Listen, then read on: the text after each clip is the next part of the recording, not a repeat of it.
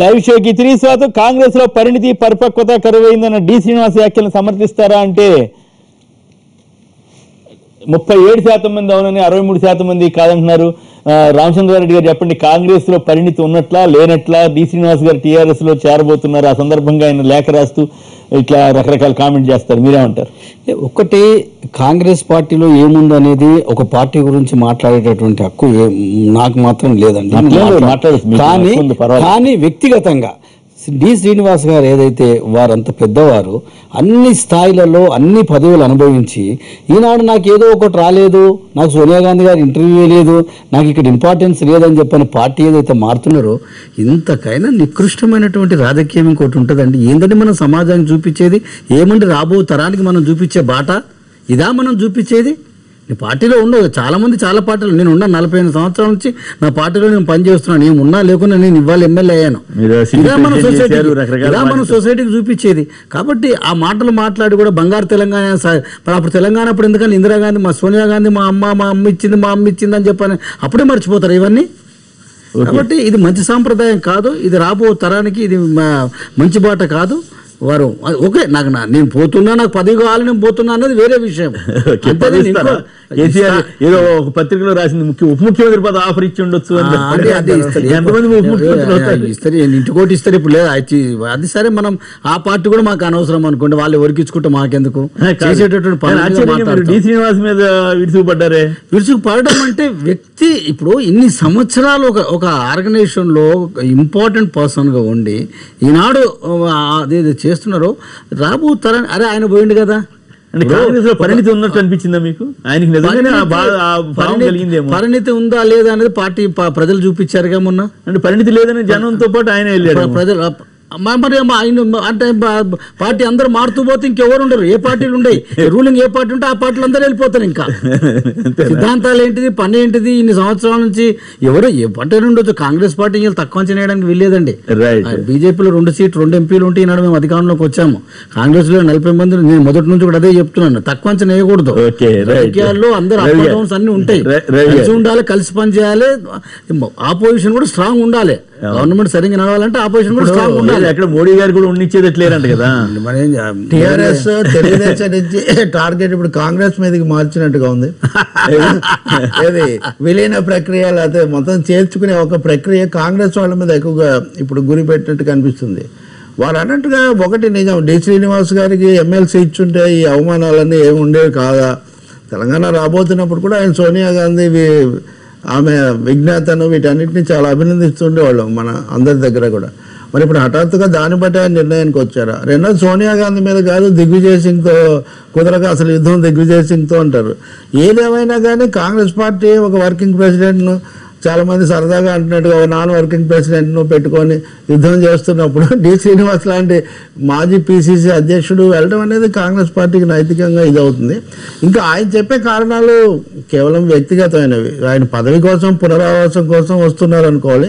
నిజానికి కేసీఆర్ కూడా అంత ఉత్సాహంగా లేడు, ఎందుకో ఇంతకాలం తర్వాత అంటున్నారని అంటారు. ఇప్పటికే ఒక పిసిసి అధ్యక్షుడు ఉన్నాడు కేసీఆర్ గారు, ఇప్పుడు రెండో పిసిసి అధ్యక్షుడు కూడా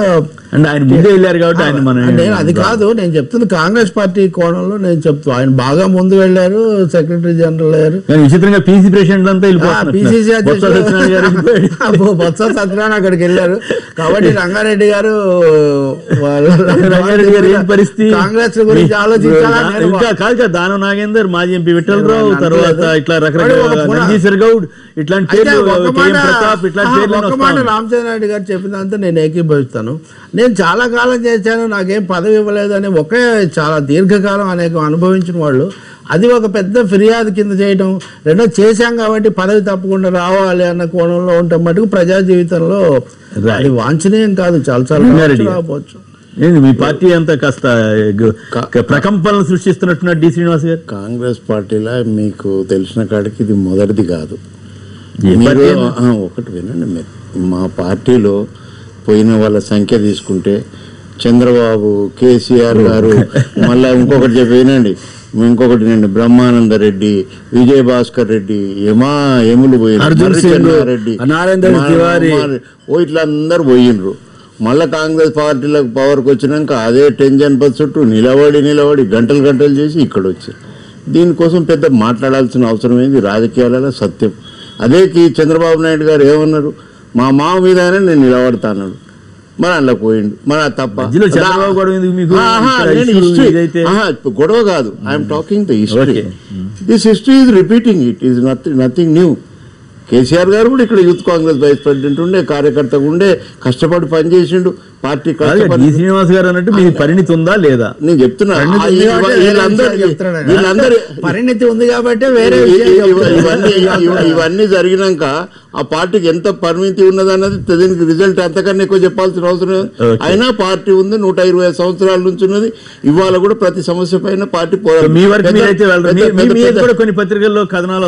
ఈ మధ్య రామోజీరావు గారికి అది లక్షనాగాన్ని దున్నందుకేమో, అంతకుముందు కూడా 9 మంది పోయినాడు, మొట్టమొదటి నా పేరు పెట్టిండు.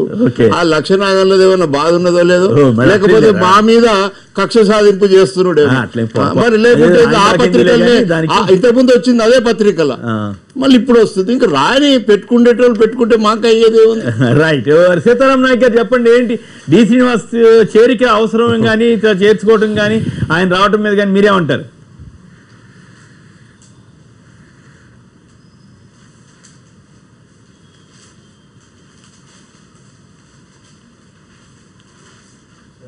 నాయక్ గారు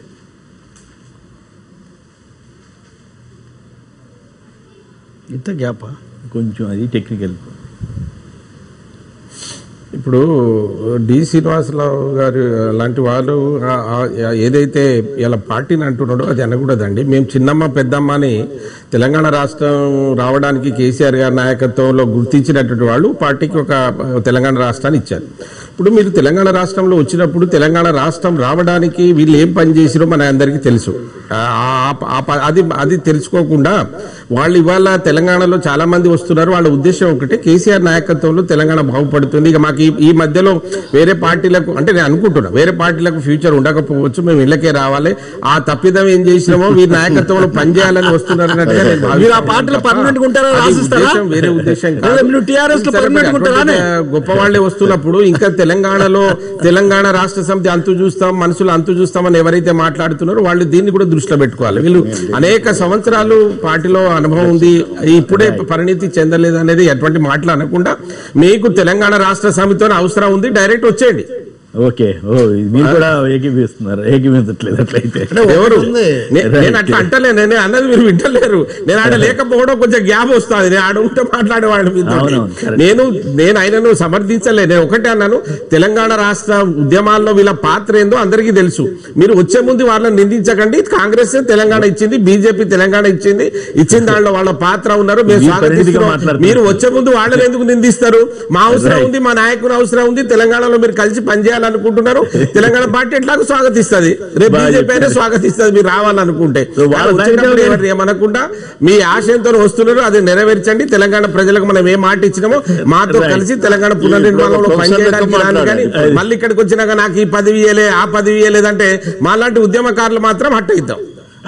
ఇక్కడ ఒక చిన్న మాట ఉందండి, వారు అంటున్నట్టుగా తెలంగాణ అభివృద్ధి కోసం వస్తే చాలా మంచిదే, కానీ ముందుగానే పదవుల గురించి మాట్లాడుకోండి. తప్పకుండా పదవులు వస్తూనే వెళ్ళటం, వచ్చిన వాళ్ళందరికీ కూడా పదవులు ఇవ్వటం, ఇది చాలా ఇంపార్టెంట్ ఇష్యూ ఒకటి ఉంది. తెలంగాణలో స్టూడెంట్స్, ఇంటర్ స్టూడెంట్స్ సంబంధించిన మార్కుల షీట్లు రాకపోవడం మీద చాలా ఆందోళన వ్యక్తం అవుతుంది. ఐఐటికి వెళ్ళడానికి చాలా సమస్య అవుతుందంట.